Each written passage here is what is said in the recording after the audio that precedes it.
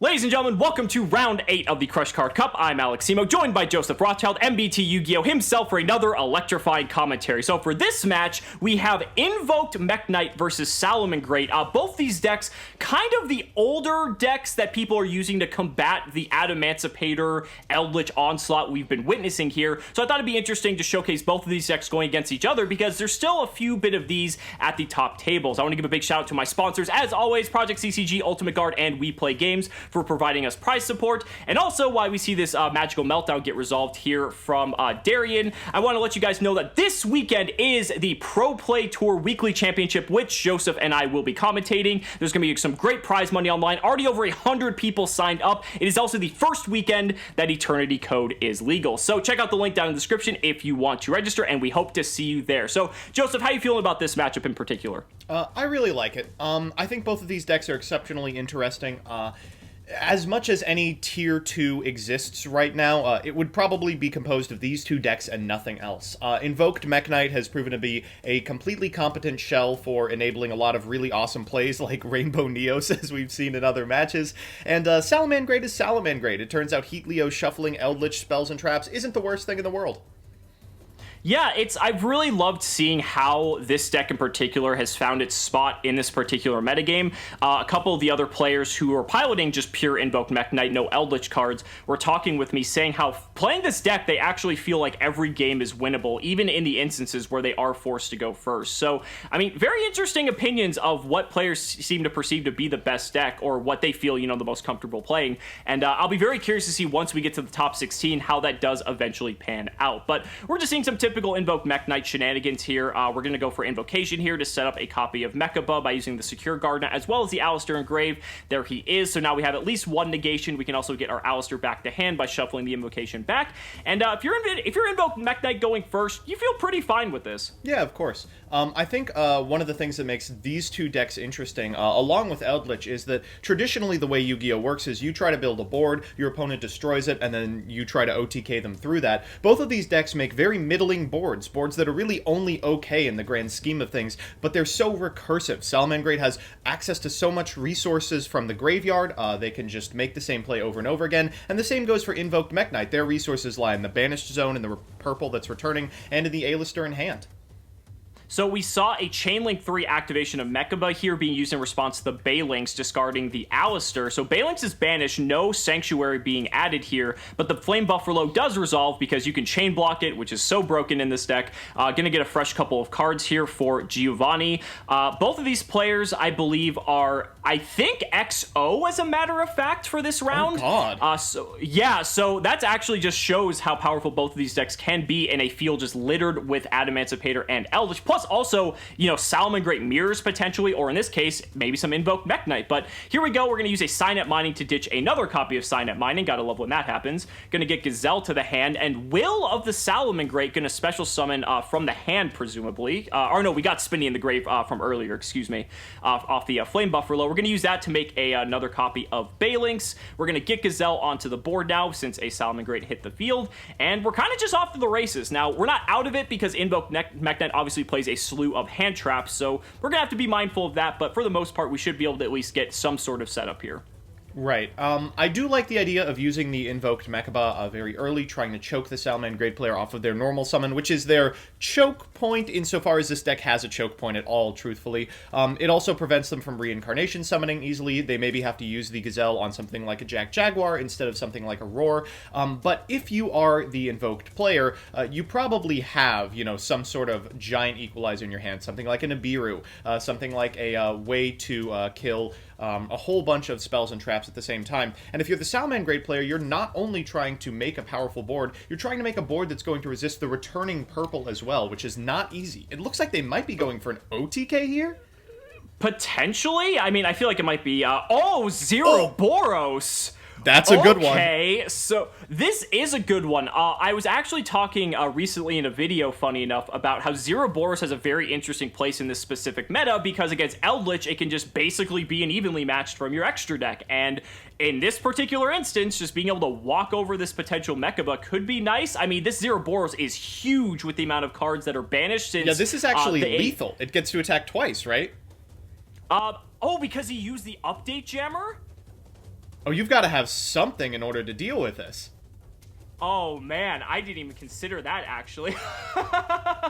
So the Zero Boros is sitting on 5,800 attack, and yeah, that is lethal. Wow. Okay, so Giovanni cleaning up game one very quickly with a update jammer pumped Zero Boros.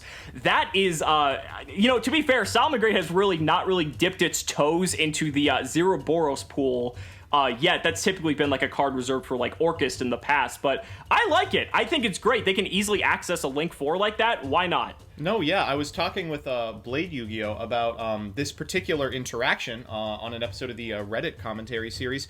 There's really only 2 decks that can flex Topologic Zero Boros, and it's exactly Orcust and Salamangreat. It's awesome to see the Salamangreat pair, one of those pair, actually go for these really powerful equalizing lines. So Giovanni's going to go first here, obviously being forced to go first by Darrien wanting to go second. We're going to fire off Sign Up Mining, which gets met with Ash Blossom, and a set Imperial Order. We got a little bit of a glimpse of that there. Very powerful card. Invoked Mekk-Knight plays a ton of very good spell cards, and so that could be a way to kind of slow things down. But if you're just passing with Salamangreat after your mining gets ashed, I mean, your hand is probably looking pretty miserable. Yeah, there's maybe, like a Nibiru in it? I don't know. If you're forcing your opponent to go first, I wouldn't expect it. The copy of Imperial Order is going to be good against Invocation, but not against Invocation's main use in this deck, which is setting it in a column and then just summoning a big chonker. Right, so here we go. We're going to set a card, get a Blue Sky that will trigger Blue Sky's effect to go ahead and add us another card here. That's going to be met with Ash Blossom, so that would stave off any potential OTK, hopefully, if Imperial Order wasn't enough. So Blue Sky and Alistair are going to get linked off. We're going to go for Phoenix here. Wow, so we're just going to immediately take out this Imperial Order, pitch Invocation, get rid of the Imperial Order. Very, very heads up here. We have the second Invocation because, of course, we're the best Mekk-Knight invoked players in the game. Oh, yeah. Going to be able to... That's the mark of true talent, is drawing Invocation. To be fair, this is one of the big benefits of Master Rule 5 specifically for this deck, is that typically in the past, if you made Nightmare Phoenix, you are now locked out of being able to do this exact play. But because you're now able to play fusion monsters in the main monster zone, this opens up the possibilities for a deck like Mekk-Knight Invoke to be able to just be a bit more aggressive in these types of lines. And now we see Mechabuzz on the field. We're going to get Alistair back, and we have a monster effect negation in a very monster effect heavy deck in Salamangreat, and Giovanni's only on 1 card in hand. Yeah, this honestly feels like the end of the game. It'd have to be an absolutely amazing card, and just getting that 2-for-1 off the Ash Blossom turn 1 seems to be what's turned this game on its head.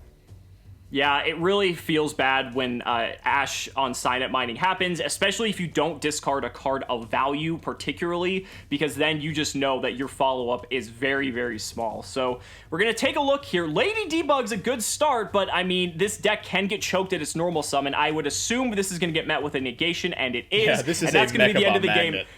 Yeah, absolutely. So we're going to game 3 here. Now we're going to see, looks like Giovanni's going to opt to go first against Mekk-Knight Invoke. That's very interesting. A lot of people really love forcing that deck to go second, but Salamangreat also wants to establish its opening play very early, so we'll see if this pans out. Sign Up Mining for, okay, at least it's a Jack Jaguar this time. Let's see if he has an Ash. That's going to resolve. Wow, that is really, really good for Giovanni here. Yeah, for sure.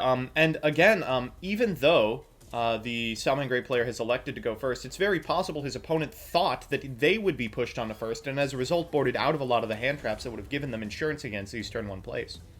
I love those mind games that occur at high-level Yu-Gi-Oh! Where you're trying to, double bluff each other, like who's going to go first or oh, man, I love that. It is absolutely wonderful. But here we go. We're going to use a Flame Buffalo. We're going to get Balinks this time. That's going to resolve. We're going to pitch Spinny. Wow, Giovanni's hand is stacked this time, already with Jack Jaguar and Spinny and Grave. If he already has Gazelle access, he's going to be able to set up really, really nicely here, and he does, because I would have telegraphed that he would have gotten Gazelle off the Sign Up Mining specifically, but he opted for Buffalo. This is going to be a very good start for Giovanni. So it's a good start, obviously, and I love sending the Falco here. It's a sweet start, but, there are downsides to it. If you haven't seen your opponent activate anything, you know they are aiming to equalize. You're expecting Nibiru, I think. So while it's cool to go into, like, a recursive Sunlight Wolf, you want to do it while being as resource minimal as possible, so that if they Nibiru, you're not losing very much. The thing is, though, when it comes to Salamangreat and you're playing against decks, you have to expect, one, that Nibiru is coming in against you because that is one of the biggest blowout cards, especially on turn 1 versus this deck. But the other issue specifically is that when you're trying to establish even just your turn 1 board, you usually have to commit to 5 summons just to even end on Reincarnation Sunlight Wolf Pass. Here comes Baguska here. Interesting choice.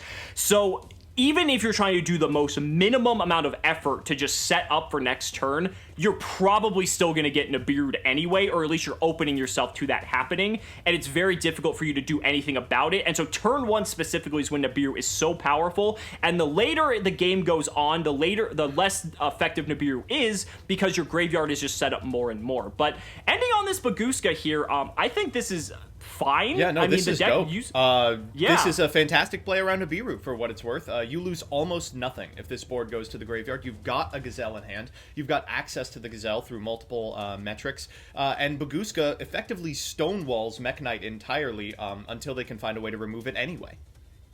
So we saw Pot of Desires on Darrien's side getting met with Ash Blossom, and so now we're going to set a card here, maybe set up a column for one of our Mekk-Knights. Looks like we're going to make sure that that was the correct card. We're going to go for Yellow Star here. And it's not really good as anything but a blocker. No, that's pretty much all it's good for at this point. I mean, even as Link fodder, your options are pretty limited, so I'd be curious to know where he goes here. We're going to normal summon Alistair, but we're not going to be using any effect because that Baguska's active here. This card is putting in so much work. Yeah, we're going to go for Almirage, and we're going to go for the Invocation because, we're just the... But Lancia coming down from Giovanni's side, that is going to deny the Invocation from resolving here.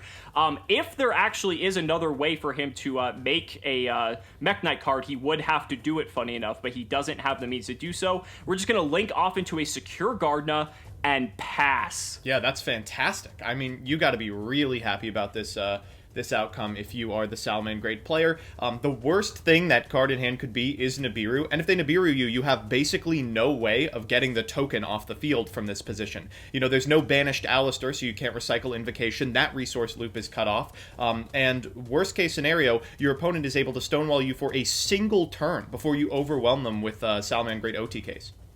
Now, this turn is going to be big because we knew he had Buffalo back in hand because he added it with Sunlight Wolf during the end of his turn. We know he has Gazelle in hand because he bounced it with Falco. Falco's already in Grave, so he's able to just continue to keep looping Gazelle. He can switch his Baguska to attack mode to make sure all of his cards stay active. He's going to add Ash Blossom back to his hand now with the Sunlight Wolf. I know. I mean, at this point, it feels like Giovanni's got a pretty solid lock on it. But again, this deck does have some difficulty sometimes with OTKing, but we saw the Zeroboros before. And we might get to see it again. We're going to link off for probably a Heatleo here, just a dispatch of that back row, I would imagine, to ensure that Yeah, so Heatleo coming down. We're going to take care of that final back row. That's going to be met with Solemn Warning. To be fair, that's probably one of the best cards it possibly could have been, removing the Link 3 worth of material from Giovanni's board. He's not out of it, but it definitely is going to slow him down significantly here. Yeah, it would be nice if we had something like a Foxy in the graveyard, but still, I think there's a lot of scenarios in which Salamangreat can very easily rebuild. We have used our normal, of course, which makes this just a little bit harder, but even something as meager as Pass, I would be completely okay with. Yeah, so we're going to use the effect of Buffalo here since we did, since it did hit the graveyard, excuse me. So we just pitched another Buffalo to get another couple of cards. Just the ability to cycle through with Buffalo is so powerful. And again, like you said, you can even feel fine just, keeping on this Baguska here. We're just going to set a couple cards and pass. And, Giovanni's feeling pretty good with the way this game is going so far. Oh, yeah, for sure. I mean, Baguska's about to expire, but next turn is the critical turn in terms of setup as well. So it doesn't really matter that this card is about to go to the graveyard. And so Darrien just passed the turn with no other play. So the thing is, though, with Baguska getting rid of its final material, that was a Jack Jaguar. So now he has that able to recur as well. We're going to just normal summon the Gazelle here. We're going to see if that resolves. It looks like it will. Now there's plenty of plays we can do. We can bounce Gazelle back to hand with Falco. We can get Jack Jaguar back onto the board. We sent Spinny. So Spinny's just another material worth of card we can use. This is going to be a very explosive turn here from Giovanni. Oh, yeah. And, of course, this is the last point in the game where you are concerned about Nibiru, although if one of those set cards is Roar, it's probably a little too late for that, too. Now we're using the second effect of Gazelle here to special summon it since a Salamangreat hit the graveyard. Keep in mind it was normal summon the first time. I love when you get the opportunity to do this. We're going to go ahead here now and potentially bring back the Jaguar. I'm curious to know which line he's going to go. He's going to go Spinny first. Okay. So since we have a Salamangreat, that hits the field. No Mirage Stalio, unfortunately. But honestly, you don't even need it. I think that's one of the coolest things about this deck. I love that originally everyone was trying to figure out the replacement for Mirage Stalio, and it turned out the replacement was just taking Mirage Stalio out of the deck. I mean, just limiting yourself into the fire attribute specifically was kind of a downside in some instances, but now you're able to play cards, like the Transcode update package, which again, they were kind of playing already anyway, but cards like Zero Boros, we've seen Borosaur Dragon in some lists. I mean, there's just a slew of really powerful Link monsters that a deck that's able to spam and vomit monsters out onto the board to get into them was precluded from playing, but now you're not worried too much. Oh yeah, I mean, and the ability to play powerful Link 4s that end the game is going to be important right now. Yep, so here we go. We're going to link off our update gem. We're going to go for transcode this time specifically. We're going to get our effect of our transcode online, so now we can get update jammer back to the field. That transcode is a little bit of a big boy here. This 28? might... Yeah, I think it might be lethal as well, potentially. Oh, no, because he has to... Oh, he Dino Mishes for the yellow star. Okay, Hilarious. I think that's the end of the game. Just holding that Dino Mishes for this moment exactly. And Giovanni on Salamangreat moving on to an 8-0 record after this round. Incredible. There's definitely going to be some more Salamangreat in the future, and maybe even potentially the top 16. I'm super excited to see that. This was incredibly heads-up play, incredibly intelligent play, unbelievably cool lines. I just love seeing Salamangreat kick, even though it's lost so much. Guys, thank you so much for watching the video, and we will see you in the next match.